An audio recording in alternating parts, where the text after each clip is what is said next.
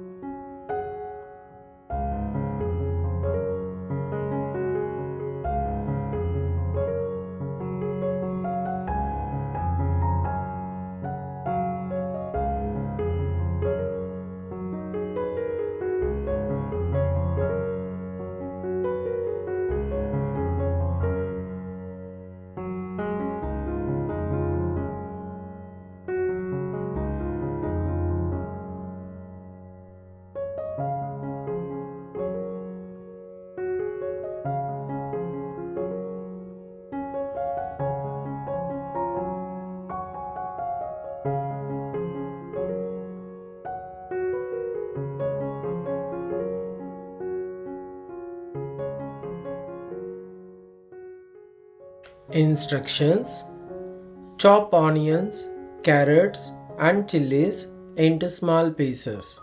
In a medium-sized pan, boil 1½ cups of water. Once the water is boiling, add the Maggi noodles to the pan.